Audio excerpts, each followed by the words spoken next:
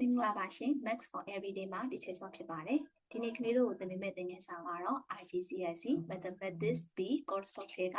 Unit 4 Geometry ခန်းကပုံစံလေးတစ်ခုကိုသင်ပေးမှာဖြစ်ပါတယ်။ကဲကြည့်ရအောင် Number 3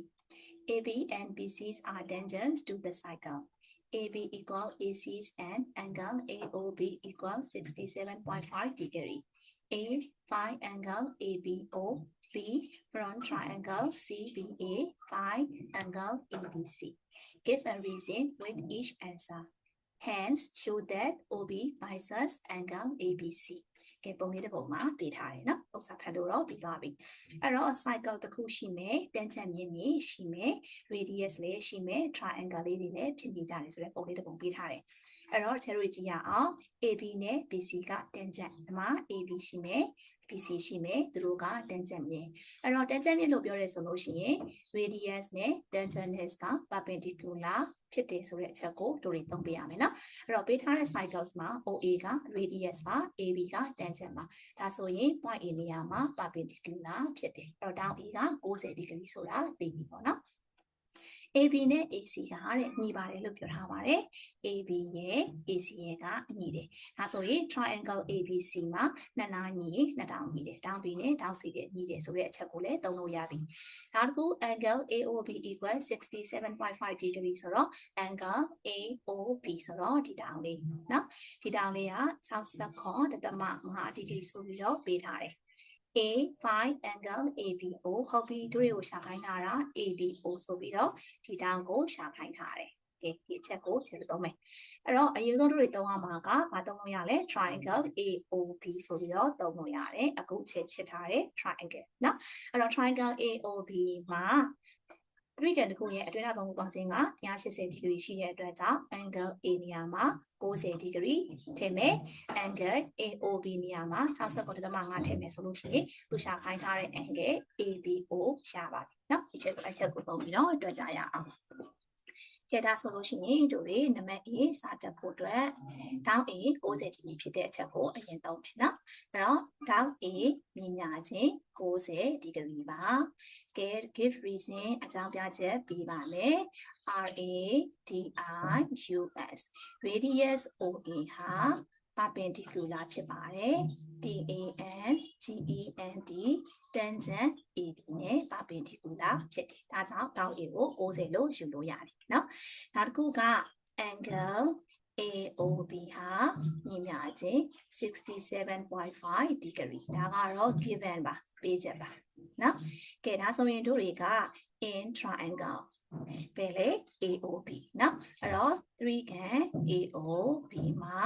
ဒီချေတို့ angle A လို့အတူကောက်ရေးမယ် angle AOB ရဲ့ဟုတ်ပြီနော်သူရှာခိုင်းထားတဲ့ angle ABO ရဲ့angle ABO ရဲ့3ထောင်ပေါင်းခြင်းက180 degree ရှိပါတယ်။ဘာလဲ3ကန်တစ်ခုရဲ့အတွင်းထောင်များပေါ့နော်။အဲ့တော့ခြေတို့အကြောင်းပြချက်ပေးမယ်။ The interior INTERIOR interior ANGLES angles in a triangle TRIANGLE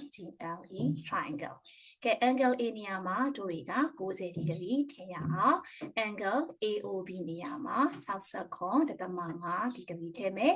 angle ABO ကိုရှာရမယ်သုံးခုပေါင်းခြင်းက180 degree 90နဲ့60.5နဲ့ပေါင်းတော့150.5 degree angle ABO နဲ့ပေါင်းတော့180 degree ရတယ်အဲ့တော့ angle ABO ကိုလိုချင်နေဆိုရင်180တဲ့ကနေပြီးတော့အနှုတ်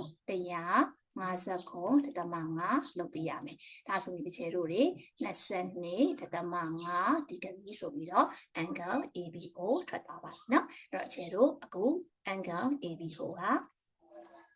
ဒီတောင်လေးကဘယ်လောက်ဖြစ်သွားမလဲ22.5ချေတို့ရသွားပါပြီ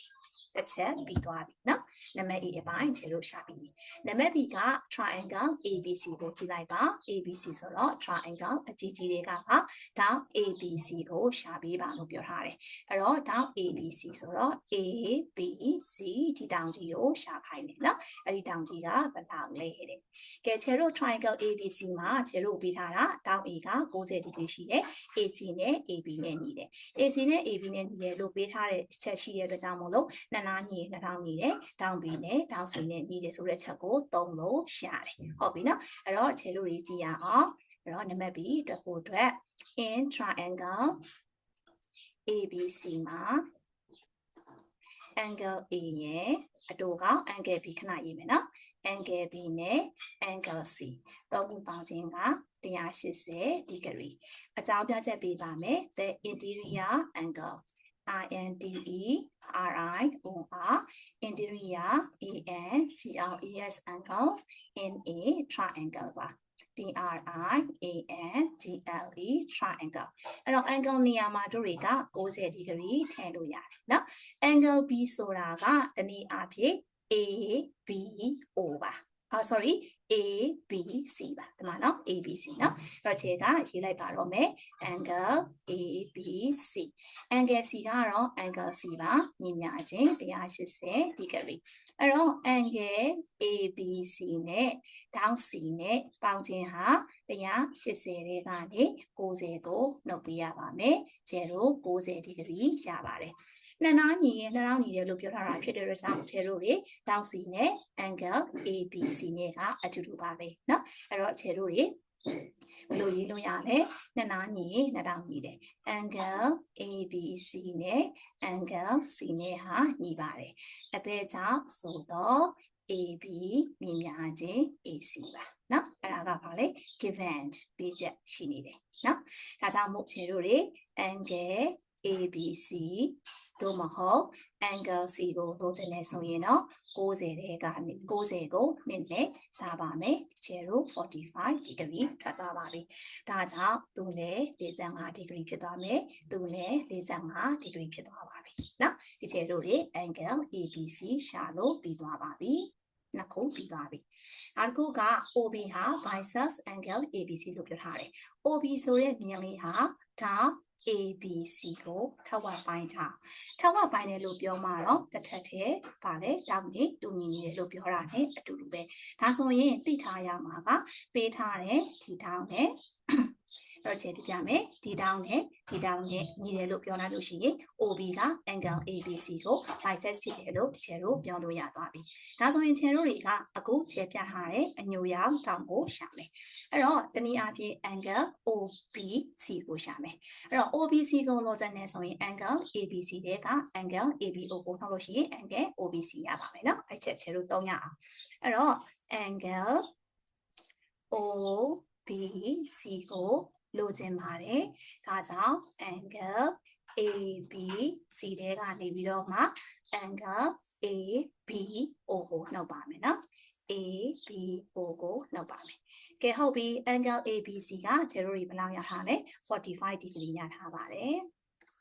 angle ABO ကဘယ်လောက်ရထားလဲ22.5 ရထားပါတယ်เนาะအဲ့တော့ 22.5 degree ရထားပါတယ်အဲ့တော့45တဲ့က 22.5 degree ကိုနှောက်လာလို့ရှိရင် angle OBC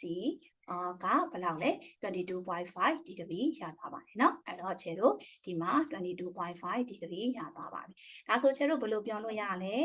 angle ABO ဟာ angle OBC နဲ့ညီတယ်လို့ပြောလို့ရသွားပါပြီသူလည်း 22.5 degree သူလည်း 22.5 degree ဟုတ်ပြီနော်အဲ့တော့ ABO ဆိုတဲ့ဒီတောင်လေးနဲ့ OBC ဆိုတဲ့ဒီတောင်လေးနဲ့ညီသွားပါပြီဒါကြောင့်ခြေလို့ပြောလို့ရပါပြီ therefore ဒါကြောင့် OB ဟာ BICECTS biceps angle ABC လို့ပြောလို့ရသွားပါပြီကဲခြေတို့သူရှာခိုင်းလာတဲ့အချက်ဒီအားလုံးရှာလို့ပြီးသွားပါပြီเนาะနားလည်လား